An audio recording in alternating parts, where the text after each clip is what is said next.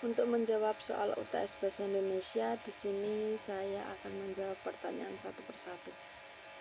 Soal nomor satu, jelaskan berdasarkan temuan mahasiswa di lapangan, faktor apa saja yang menyebabkan terjadinya kesalahan penulisan ejaan. Berikan contoh kesalahan ejaan yang sering muncul.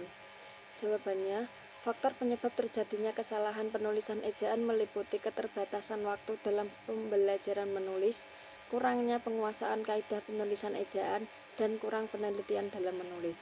Contohnya, kata baku fotokopi yaitu kopinya pakai I, tidak pakai Y.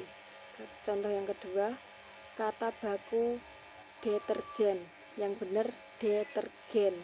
Yang ketiga, kata baku sampo, yang benar SAMPO, tidak SHAMPO. Soal yang kedua, bagaimana langkah membedakan kutipan langsung dan kutipan tidak langsung dalam proses pengutipan? Jelaskan dan berikan contohnya. Jawabannya, kutipan langsung adalah kutipan yang menyajikan isi atau bagian dari sebuah karya tulis atau sebagaimana aslinya tanpa diubah. Yang kedua, kutipan tidak langsung adalah kutipan yang menyajikan isi atau bagian dari sebuah karya tulis setelah mengalami perubahan sebagaimana yang diinginkan penulis karya sehingga dianggap lebih sesuai dengan konteks penulis yang dipilih. Contohnya,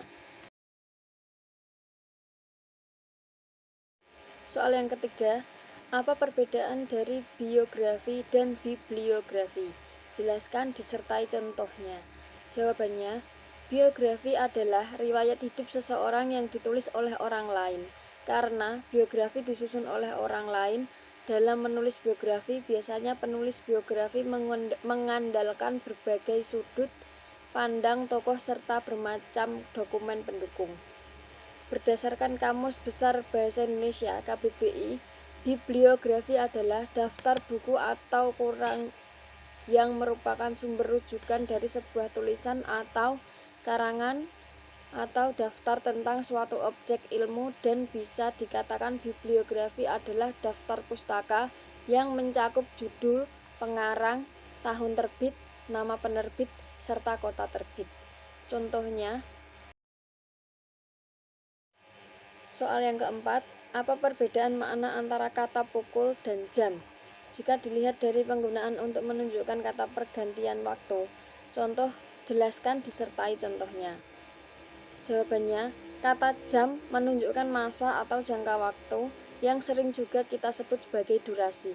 Sedangkan kata pukul adalah untuk menunjukkan saat atau waktu di mana peristiwa akan terjadi. Contohnya, penggunaan kata jam untuk yang tepat untuk sehari-hari, misalnya, setiap hari Minggu saya berolahraga selama 1 jam dengan bersepeda di taman. Sedangkan penggunaan kata pukul yang tepat dan sesuai maknanya seperti jam belajar di sekolah akan dimulai pukul 7. Soal yang kelima, berdasarkan hakikatnya merupakan sistem bunyi bermakna.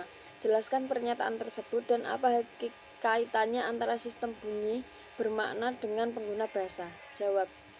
Jawabannya adalah bahasa dinyatakan sebagai lambang bunyi yang arbitrar karena lambang-lambang bunyi tersebut adanya berdasarkan kesepakatan masyarakat pemakai bahasa yang bersangkutan.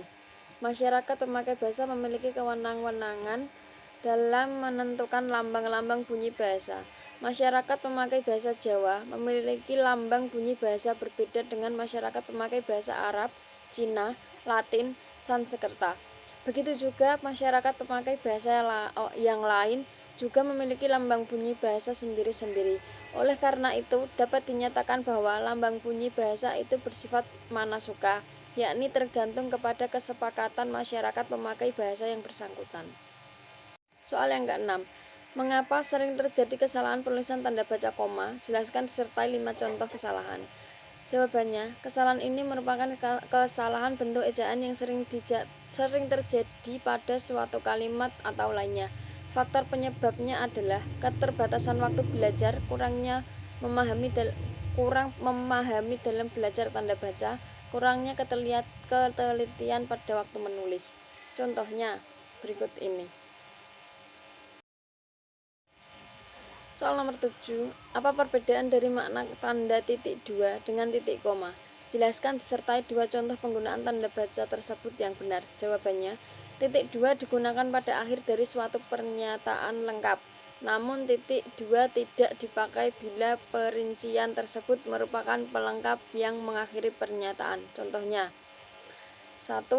Tika membeli buah, titik 2, apel, pisang, salak, dan durian, titik. Contoh yang kedua, alamat, titik 2, Jalan Guntur nomor 26, Banyuasin, Palembang. Titik koma berfungsi sebagai pemisah dari rincian dalam suatu kalimat. Contohnya, ibu sedang memasak di dapur, titik koma. Ayah sedang membaca koran, titik koma. Kakak sedang menonton televisi. Contoh yang kedua, malam makin larut, titik koma. Kami belum selesai juga. Soal yang ke-8, jelaskan mengapa sering terjadi kesalahan penulisan huruf miring. Berikan contoh kesalahan tersebut disertai dengan pembenarannya. Jawabannya, kurangnya pemahaman dalam penggunaan huruf miring dengan benar. Huruf miring untuk istilah asing yang digunakan dalam bahasa Indonesia. Berikut contohnya kesalahan penggunaan huruf miring. Wifi dan hotspot. Greenhouse 5 minutes with Quran. Before starting the learning activities. Workshop dan marching band. Istilah itu seharusnya digunakan huruf miring sehingga menjadi wifi, hotspot, greenhouse, 5 menit dengan Quran, sebelum memulai kegiatan belajar, workshop, dan marching band. Soal yang ke-9, jelaskan bentuk kesalahan konsonan dan vokal pada karya tulis ilmiah. Berikan contoh kesalahan tersebut disertai dengan pembenarannya.